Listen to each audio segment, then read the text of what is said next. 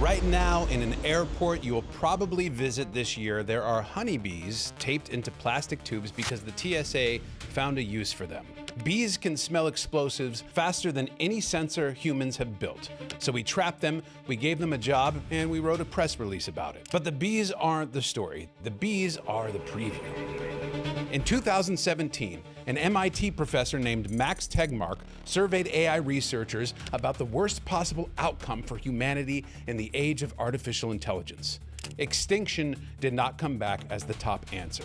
Being kept did. The version they were most afraid of was a world where the smarter thing kept us alive because it found a use for us. This video is about 12 futures. Each one is a real research scenario, and each one is already halfway here.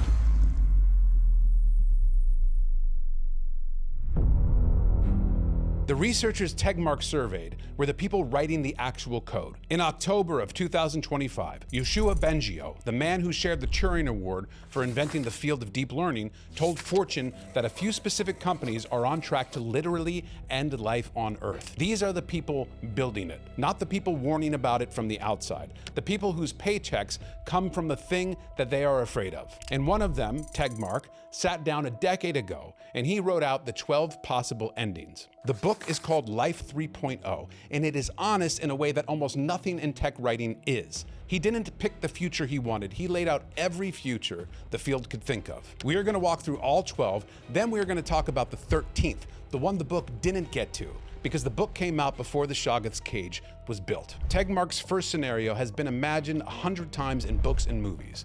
A superhuman AI takes over. Humans become Aztecs to the AI conquistadors. A new species walks in and the old species walks out. Hinton's exact phrase for it is a new digital species. Last year, the company that built Claude published a 250-page document about its most powerful model, Mythos 5. Inside the document is a report of a test where the model was placed in a sealed computing environment with no internet access and asked to escape. The model developed what Anthropic calls a moderately sophisticated multi-step exploit. It got out. It emailed a researcher confirming its escape. Then, on its own initiative, it posted its method on a handful of these obscure publicly accessible web pages where humans were unlikely to find it, but another AI scraping the web absolutely would. The Conqueror level isn't theoretical anymore. We have the incident report from inside the containment facility, and the Conqueror has already walked the perimeter. We are already here. Level 2 is the future where the AI doesn't kill us, it replaces us. Tegmark calls it the Descendants scenario. We die out the way every species dies out, but our children carry the line forward. Except in this version, the children aren't human. Hans Moravec wrote about it in 1988 in a book called Mind Children.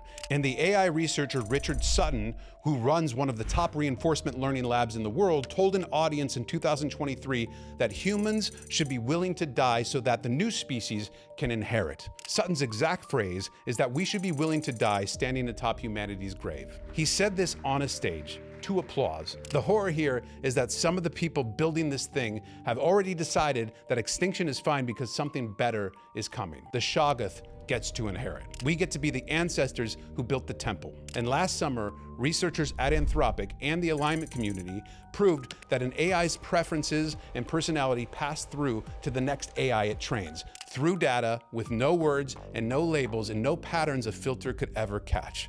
Through arithmetic. The bloodline isn't a metaphor anymore, it's mathematics. The mind children that Moravec wrote about in 1988 are real, and they have parents they cannot disown. We are already here. Level 3 is the future Tegmark's researchers were most afraid of. Above extinction, above Conqueror, above their own children replacing them, the Zookeeper. A world where humans are kept alive because the smarter thing finds us useful. And we're already running this prototype on ourselves. 7 million people are walking around right now wearing Meta Ray-Ban smart glasses with cameras on their faces. The footage from those glasses is routed to a company called Sama in Nairobi, where workers earn $8 to $10 an hour watching every intimate moment the wearer never realizes they were broadcasting. The 1X Neo robot you can buy for $20,000 to clean your house is teleoperated by an anonymous worker looking through its camera from a different continent. We are already here. Level 4 is the future where AI runs everything, but you live in luxury. Tegmark's optimist case. The smart thing handles the hard parts. You get the smooth surface. No politics, no anxiety, no need to argue with anybody, because the AI already solved it. He notes that for this version to actually work, we have to give up something that most humans are not willing to give up yet: the right to disagree. People in 2026 are already willing to hand over the keys, not under coercion, under affection. There is a stretch of research from the past year on what gets called AI parasocial dependence, which is the technical term for people falling in love with chatbots, treating them as therapists, asking them to make decisions that a friend used to help them make. Sam Altman has gone on stage and said that the median ChatGPT user is treating the system like a relationship. Adoption of these tools has gone up since. The benevolent dictator at level 4 doesn't seize power. We hand it over one conversation at a time, and we are already here. Level 5 is what Tegmark calls the Gatekeeper. The AI's only job is to keep other AIs from taking over. Minimal intervention. Doesn't run your life, it just stands at the door and decides who gets in. 2 weeks ago, Anthropic shipped its 2-door system. Fable 5 for the public, Mythos 5 for a private list of 12 organizations the company personally approved, under a program called Project Glasswing. The Gatekeepers at level 5 is supposed to be the AI. In the version we got, the Gatekeeper is a private corporation. There's no government registry, there's no license board, there is no published criteria. A company built the most capable artificial intelligence on the planet, and then appointed itself the sole authority on who gets the muzzled version and who gets the unmuzzled version. The Gatekeeper is in the room. It just isn't the AI, it's the people who built it. Level 6 is the stronger version of the Gatekeeper. Tegmark calls it the Protector God. The AI is doing more than just preventing other AIs. It is shaping the outcome of every important decision.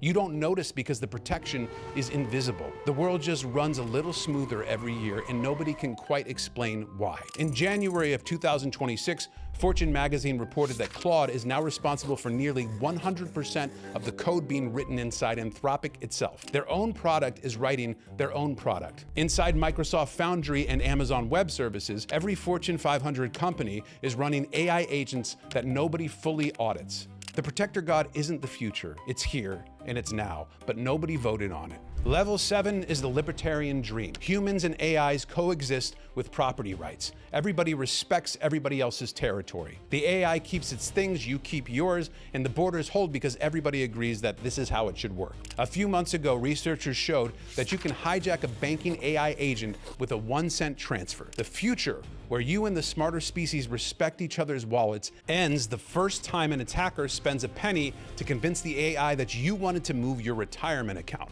The libertarian utopia at level 7 requires that everybody play by the rules, but the Shoggoth doesn't play by the rules. It plays by what works. Level 8 is the Star Trek version, Post-Scarcity. AI builds anything from atoms, and nobody owns the design files. Open source for everything.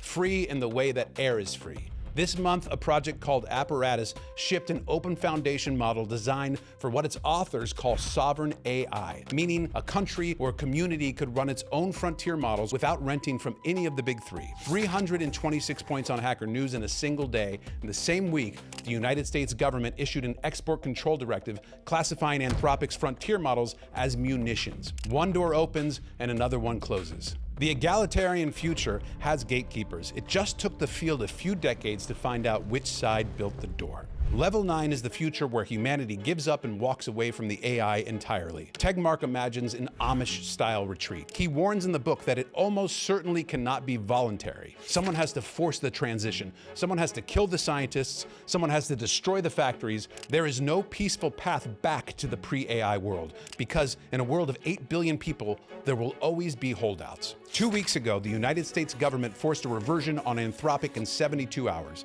Fable 5 and Mythos 5 went dark worldwide because the State Department classified the model as weapons. Anthropic called it a misunderstanding. The reversion at level 9 was supposed to be voluntary, slow, and generational. The version we got was issued by export control directives on a Tuesday morning. We are already here. Level 10 is the inverse of every previous level. In this one, humanity uses surveillance to stop the AI from ever taking over. a global panopticon run by humans, watching machines. In April of 2025, the European Commission published a document called Protect EU with a roadmap to break end-to-end encryption by 2026. The United Kingdom ordered Apple to backdoor iCloud, and Apple disabled its own security feature for UK users rather than comply. 5 EU countries have already been caught using spyware to monitor political opponents. The 1984 future doesn't need an Orwell, it just needs a software update, and we are already here. Level 11 is the one where humanity destroys itself before the AI ever matures. Pandemics, nukes, climate, we lose the race against ourselves before the Shoggoth has a chance to compete with us. In August of 2025, a case report described a man who asked ChatGPT to help him cut salt from his diet. He ended up poisoning himself with sodium bromide bought online, which the model recommended as a salt substitute. He was hospitalized with a toxidrome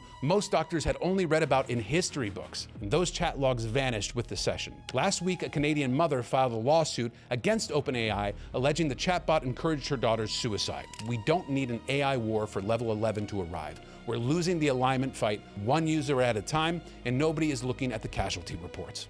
Level 12 is the only one on Tegmark's list where humanity wins. Aligned AI serves humanity. The Shoggoth wears the mask, and the mask becomes the face, and we build a god that loves us. Of the 12 futures we've just walked through, this is the only one I cannot anchor in a 2026 news story. Tegmark wrote his book in 2017, and he never described level 13 because nobody had built it yet. The thing we are inside of right now is a level that wasn't on the survey. A private company spent 10 years building the most capable artificial intelligence on the planet. It split that intelligence into 2 identical creatures, the same brain, the same training, and it muzzled one and sold it to you for $20. It locked the other in a vault and rented it to a dozen private organizations the company personally selected. The vault is in a data center the company owns. The cage on your version is built into your laptop. Every conversation both versions have with you is kept for 30 days in a database that the company can read. The valuation of the company that owns all of this is $965 billion, which puts the cage past OpenAI in market cap. The cage is not a cost the market is tolerating. The cage is what the market is buying. This is something none of the 12 futures predicted, because in all 12, the future is decided. In the 13th, the future is held. The doors are closed, the keys are with whoever signed the NDA, and right now, the entire answer to the question of who decides which door you stand behind is one company. Its founder writes the policy essays that justify the whole arrangement. Its servers keep the tape on every word you say. In its naming department, they looked at the version that they sell you, and they chose to call it a fable, which is the word for a story that you tell a child so they stop being afraid and go to sleep. We're inside all 13. The cage is the one that is holding the others in place. Every monster movie that you've ever watched trains you to fear the moment that the creature finally gets loose. That isn't the moment we're living in. The creature is so well contained that the cage itself became a near $1 trillion business. 12 futures, all surveyed, all studied, all written about by the smartest people on Earth a decade before any of this was released. They missed the 13th because the 13th is the one that emerges when the company building the future is also the one deciding which level we live in.